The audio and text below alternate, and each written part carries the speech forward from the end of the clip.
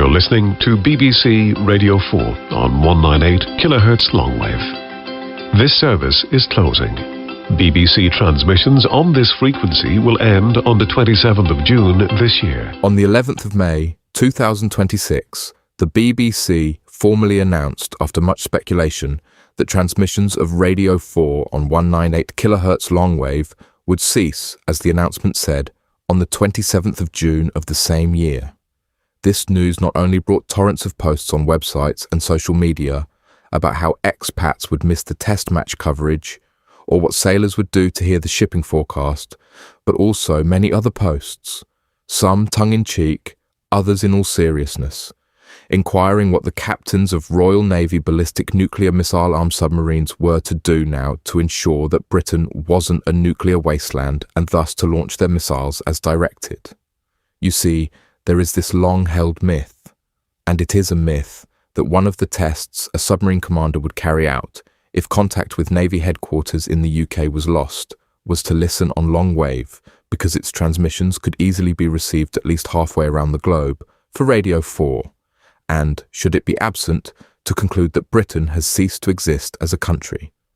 They should then open their letters of last resort, written by the Prime Minister of the day, and whose contents was known to them alone, and read their wishes for the action to be taken by Britain's nuclear deterrent. The reason for this video are twofold. It is not to discuss the whys and wherefores of the shutdown of the Radio 4 service on Longwave that has been exhaustively covered in many places elsewhere. It is to dispel the myth of the submarines listening for the shipping forecast and to outline how the Longwave broadcast platform was used as a Cold War message delivery system to the nuclear-armed military in an earlier time. The Cold War era is considered to be from the late 1940s to 1992, from when the peace dividend after World War II faded and relations with the Soviet bloc frosted over, to the collapse of the Berlin Wall in 1989, and then, 3 years later, Soviet Russia. In that time, the British government had well laid plans for what to do if Britain came under attack from Warsaw Pact missiles. A document that still exists today, called the Government War Book, detailed everything the state had to do to move the country from peace to war, what would come under government control, and who should run what to enable the continuation of the state. One of these organisations would have been the BBC, which for the first time in its existence would have been subject to state control and become the communications medium for the government to address and direct the nation. The BBC took the parts in the Government War Book that were pertinent to it and produced its own document, initially called Document K and later the unoriginally titled BBC War Book. It was first published in 1950 and updated with amendments at least until 1988. In it, it detailed what the BBC was to do to provide, staff and deliver a government-directed single radio service that would replace all television and radio broadcasting in the United Kingdom, from the time it was instructed by government to launch it, and both during a strike and the recovery period afterwards. It was to be called the Wartime Broadcasting Service, or WTBS. Like the reasons for the Longwave close down, this video is not concerning itself in depth with the setup and running of the WTBS, but primarily it was to be broadcast from studios in a number of regional government bunkers located in 11 civil defence regions that the country would have been divided up into. The BBC transmissions from each bunker studio would have been under the direction of local COI, Central Office of Information Staff. These are government press officers and broadcast only to their region via a network of low-powered medium wave or VHF transmitters. The idea being that the population of each region would only receive information relevant to them. The Longwave service, with its 3 transmitter sites at Droitwich in England and both Westerglen and Burghead in Scotland, can cover the entire UK mainland and Northern Ireland. So, as a means of addressing a single civil defence region, it was wholly unsuitable. Added to this was the logistics, staffing and physical aspects of a transmission system, operating in a near to post-nuclear strike on Britain. The 3 transmitters, especially the one at Droitwich, are known for their immense energy consumption. Then there are the staff to run the site. the transmitter buildings couldn't offer little in the way of nuclear protection for them, and the same goes for the masts. Even a small detonation miles away could topple the near 200 meters tall masts.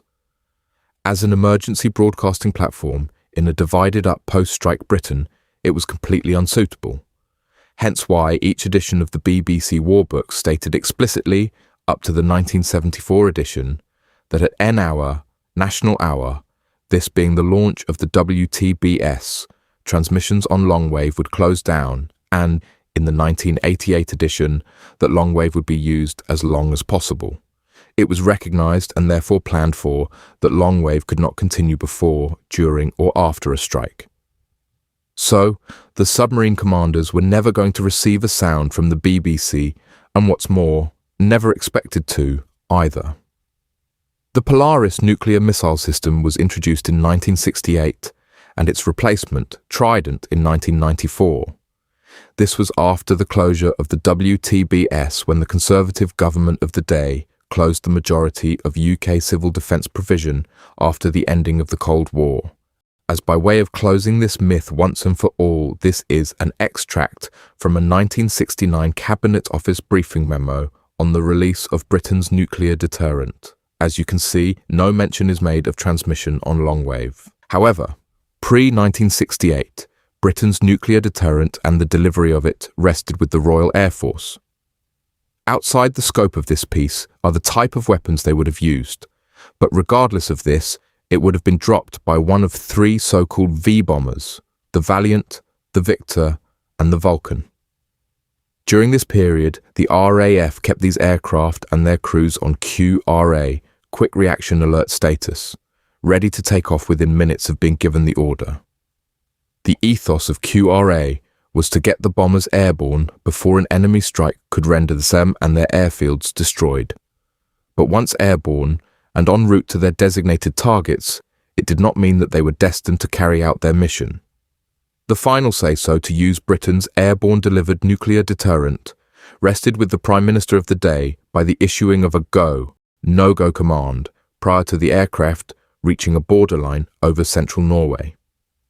Up to this point, the V-bomber crews were instructed to listen to transmissions from Bomber Command Headquarters at High Wycombe in Buckinghamshire for this go, no-go command. If the HQ at High Wycombe was destroyed, a backup message delivery system using the BBC Longwave transmitters was to be used. V-bomber crews were also instructed to listen to, as it was then, the BBC Light programme on 200 kHz Longwave for this message. Thus, it can be seen that Longwave was to be used, not as a means for submarine crews to confirm Britain's existence, but as a standby message delivery system to instruct the V-bombers to go ahead or turn back from their mission. With Longwave gone, both the government and the UK can rest easy knowing that the decision of the captain of Britain's submarine-borne nuclear deterrent to let fly their deadly payload was not, and never has been, based on them being able to receive the Archers. It was, and always was, a myth. Now, let's find out how things are going on in the cowshed.